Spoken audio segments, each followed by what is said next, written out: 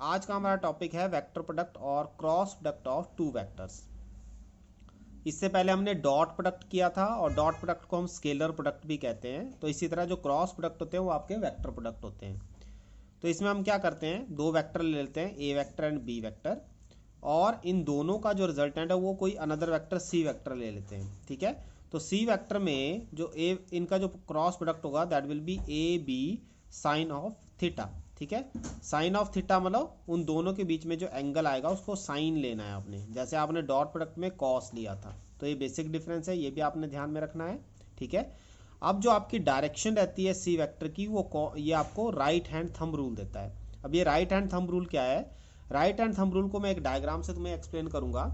अगर आप इस डायग्राम को देख रहे हो तो राइट हैंड की फिंगर्स को हमने कर्ल किया हुआ है और ये फिंगर किस तरफ है? ए से लेके बी की तरफ को। आप ध्यान से देखो, कर्ल ऑफ फिंगर मतलब आपने फिंगर्स को मोड़ा हुआ है, तो ये फिंगर किस तरफ मुड़ी है? ए से बी की डायरेक्शन में। और जो थंब है वो आपका बिल्कुल ऊपर की तरफ को है, परपेंडिकुलर टू द सरफेस। आप किसी आप ऐसा करो, अपने बेड के ऊपर बिल्कुल थंब को जो जैसे कर्ल ऑफ फिंगर किया गया है इसके साथ थंब को ऊपर की तरफ को करो, तो आपको जो डायरेक्शन मिलेगी C vector that will be resultant of A vector and B vector. जो ए वेक्टर और बी वेक्टर है इनका रिजल्टेंट आपका सी वेक्टर होगा।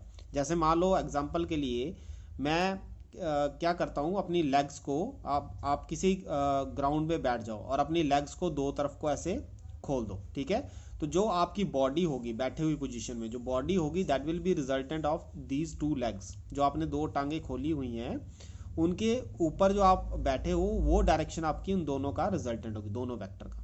तो ये पोजीशन इस तरह से आपने 3D पिक्चर में एज्यूम करनी है। ठीक है, तो राइट हैंड थंब रूल आपको यहीं से समझ आ गया होगा कि कर्ल ऑफ फिंगर आपको देती है क्या?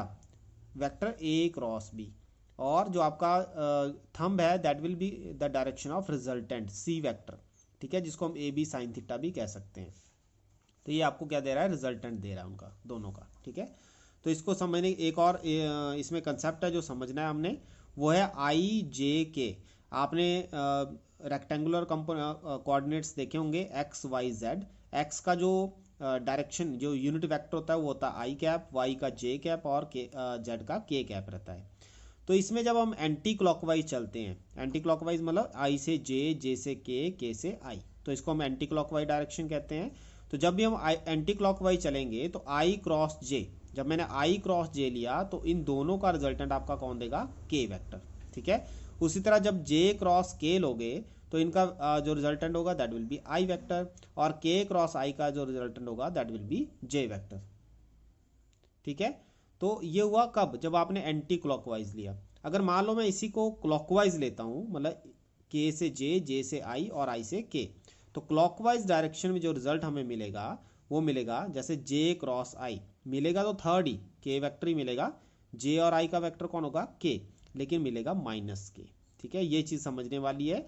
एंटी क्लॉकवाइज डायरेक्शन में भी आपको थर्ड वेक्टर ही मिलता है, जैसे आई जे का थर्ड हुआ के, जे के का थर्ड कौन सा हुआ? आई। ठीक है, तो इसी तरह इसमें भी आपको थर्ड वेक्टर ही मिलते हैं लेकिन मिलेंगे नेगेटिव। तो आई सॉरी जे क्रॉस आई का क्या हुआ? जे क्रॉस आई का क्या हुआ? के, और आई क्रॉस के का क्या हुआ? जे। वैसे के क्रॉस जे का क्या हुआ? आई। तो ये हुआ जब आपने क्लॉकवाइज उनको रीड किया तो आपको माइनस मिलेंगे, और अगर आप एंटी क्लॉकवाइज मतलब आई से जे से के की तरफ जाओगे तो आपको पॉजिटिव मिलेगा थर्ड ही वेक्टर। आप जो दो ले रहे हो उसका थर्ड जो रह जाएगा वो उनका रिजल्टेंट होगा। ठीक है, तो यह रेक्टेंगुलर कंपोनेंट्स अगर आप लेते हो। उसके बाद हमारे पास एक और टॉपिक इसमें आता है, relation between angular velocity and linear velocity.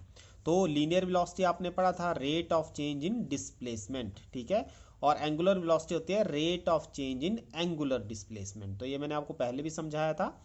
अगर हम एक प्योर रोटेशन लेते हैं जिसमें आपकी डिस्प्लेसमेंट जीरो रहती है, कि आपकी बॉडी जो है वो जैसे फैन, मैंने आपको एग्जांपल दिया था कि फैन आपके रूम में इधर उधर डिस्प्लेस नहीं होता, अपनी पोजीशन पे ही रहता है लेकिन रोटेट करता रहता है, तो वो आपकी प्योर रोटेशनल बॉडी होगी। रिजिड बॉडी हम नाम देते हैं उसको, about a fixed axis. Every particle of the body moves in a circle. सारे पार्टिकल आपकी किस डायरेक्शन में मूव करते हैं? सर्कल में। ठीक है, और अगर आर उनका रेडियस है और हम एज्यूम कर लेते हैं कि in a small interval of time d t या डेल्टा टी आप ले लो, let the particle reach P dash after tracing angle delta theta. ठीक है, तो हम इसको डी थीटा भी एज्यूम कर लेते हैं विद एंगुलर वेलोसिटी ओमेगा। तो एंगुलर वेलोसिटी हम ओमेगा लेते हैं और हम मान लेते हैं कि पी पे जब वो पार्टिकल था तो उसकी लीनियर वेलोसिटी थी वी।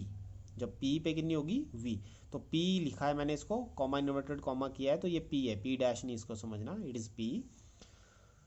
अब हमें पता है व्हाट इज आर्क, जो आपकी जिसको हिंदी में आप चाप भी कहते हो, ये होती है त्रिज्या गुना जो उनके बीच में एंगल रहता है। ठीक है, तो arc is equal to radius into angle. Arc कितनी है, पी पी डैश। ठीक है, यहाँ से यहाँ गए हो आप, रेडियस कितना है, इसका स्मॉल आर ले लेना आपने यहाँ से, और जो एंगल है वो कितना है, डेल्टा थीटा या डी थीटा। मैंने आपको कहा कि आप डी थीटा भी इसको स्मॉल एंगल को लिख सकते हो। तो डिवाइडिंग बाय डी टी, आपने दोनों को डिवाइड किया। अब ये पी पी डैश क्या है, ये एक डिस्टेंस ही है। ठीक है, ये पी पी डैश अगर हम बहुत स्मॉल लेते हैं तो ये स्ट्रेट डिस्टेंस इसको काउंट किया जा सकता है। ठीक है, तो क्योंकि पी पी डैश बहुत स्मॉल है, छोटा सा आपने लिया हुआ होता है, तो इसको हम डिस्टेंस क्या देते हैं, और डिस्टेंस को जब टाइम या डिस्प्लेसमेंट को जब टाइम से डिवाइड करते हैं तो हमें क्या मिलता है, वेलोसिटी। तो पी पी डैश इसमें डिस्प्लेसमेंट है, टाइम डी टी है, तो small displacement upon small time क्या आ जाएगा आपका, वेलोसिटी। और small angular displacement, d theta क्या रिप्रेजेंट कर रहा है, small angular displacement with respect to small time, तो ये आ जाएगा ओमेगा। तो ओमेगा है एंगुलर डिस्प्लेसमेंट और P P dash by d t आपकी linear displacement, sorry linear velocity. तो ये एंगुलर वेलोसिटी, ये हो गया लीनियर वेलोसिटी। तो अगर मैं इसको वेक्टर फॉर्म में लिखना चाहूँ तो आप इसको याद रखना, वी वेक्टर होता है ओमेगा क्रॉस आर वेक्टर। ठीक है, तो ये आपने रिलेशन अच्छे से समझ लेना है।